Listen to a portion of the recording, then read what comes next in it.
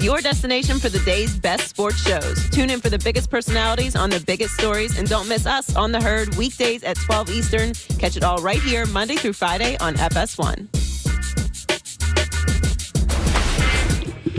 He does NBA and college for us. He just put me in a good mood. I said, who's the best college team you've seen this year? He said, Gonzaga. Yeah, baby, Zags. How about that, Jim Jackson, decade and a half in the NBA, a first-rounder. I got to start something. You played against Michael Jordan's Dynasty Bulls. Mm-hmm. And I remember the great moments. There's things, I remember one year they struggled with the expansion Raptors. Yep. They took nights off.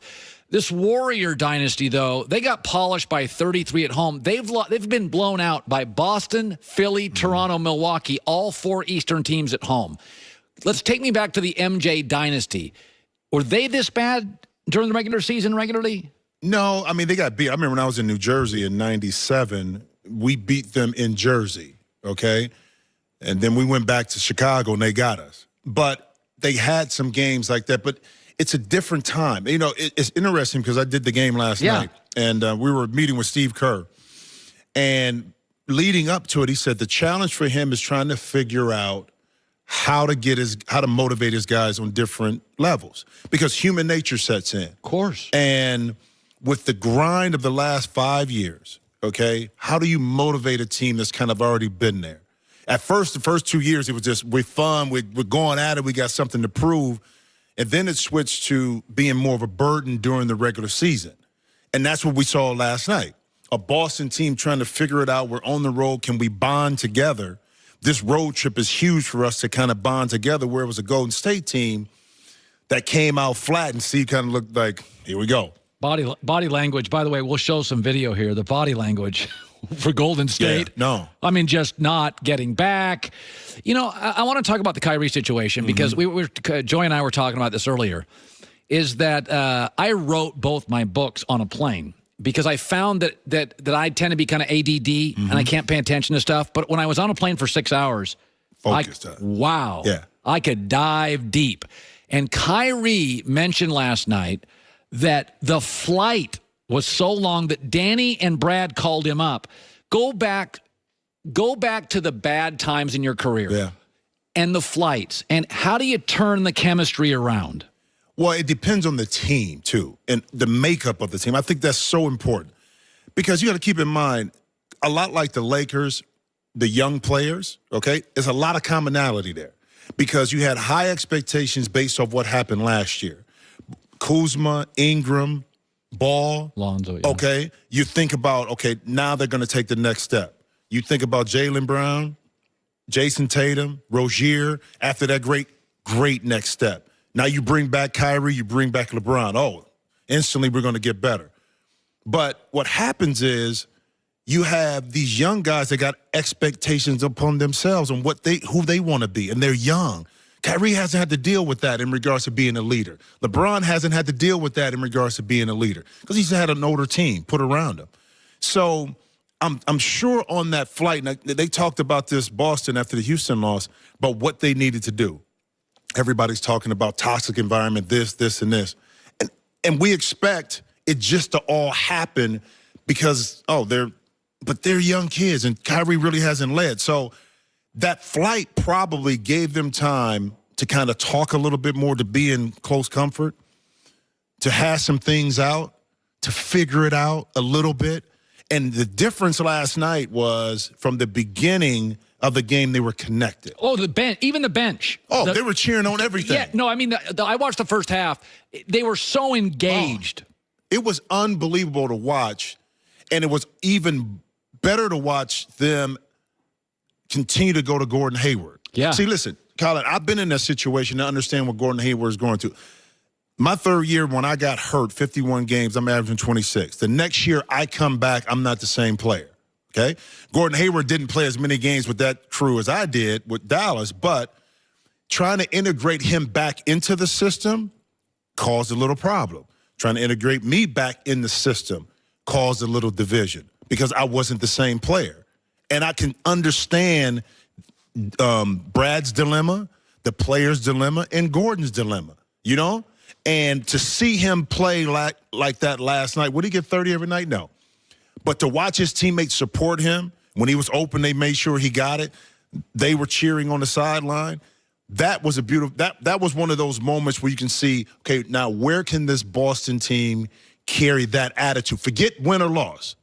It's how they played the game, to me, that was more important. Yeah, and they do have playoff experience, a great coach, and they got about 7-8 guys that can play. Al Horford, Gordon, Kyrie, Jason Tatum, Right. Jaylen Brown. Marcus Smart. Yeah, and the other kid, Morris. Morris. Yep. About 7 dudes that can play in this league. Some B-, some A-, but I still like them. I've said my championship bubble is Golden State's the only team in the bubble. Houston, Boston, Philly, I think are really talented. Milwaukee is close. Right.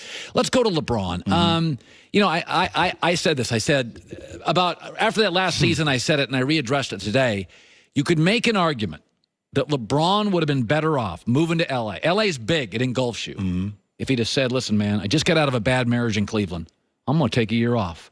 It's not tampering when you're retired. Comes to L.A., it's like, you know what? I want to do some movies. want to do some stuff. I want to 2 chains. I want to do my stuff. Right. When I moved to L.A., I was at the beach for 6 weeks. I dyed my hair. I was a mess. Okay.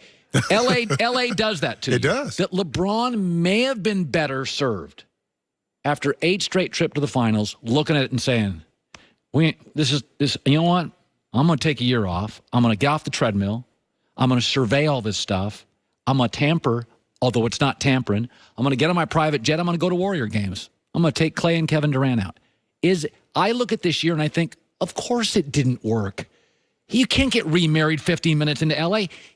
There's no way this emotionally was going to work. Well, here's the challenge, too, for a guy like LeBron, because he's so competitive in what he wants to do. But because he's older in his career, and you understand that he's crossed over, you talk about the mogul stage, to doing other things. To me, just outside looking in and what this team needed, maybe you don't do all the Hollywood stuff. Maybe it's just basketball this year, because that young team needed his full attention to understand what it means to win. And they didn't get it.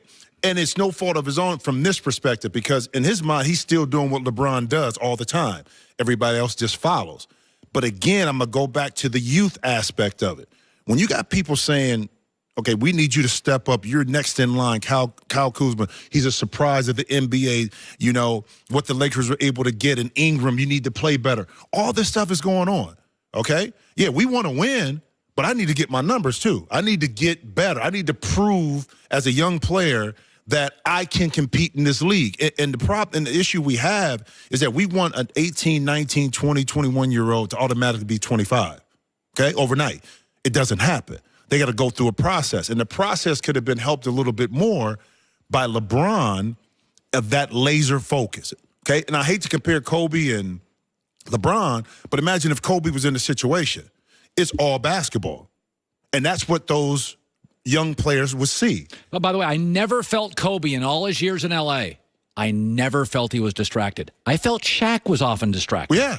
Shaq was into the Hollywood thing. And again, different personalities, different upbringing. Think about when Kobe was going through the whole trial. He had some of his best games because he was laser focused, okay? When I was there briefly with the Lakers, I got a chance to see it, okay, firsthand. Just Kobe just being all about basketball. And that makes other guys that want to play and want to contribute, hey, you know what, man, maybe tonight or maybe I got to really zone in, because that guy up front, employee number 8 at the time, is zoned in. And I got to do my job. And sometimes it takes that subtle change in the personality, as big as LeBron is, to say, I'm just going to focus here.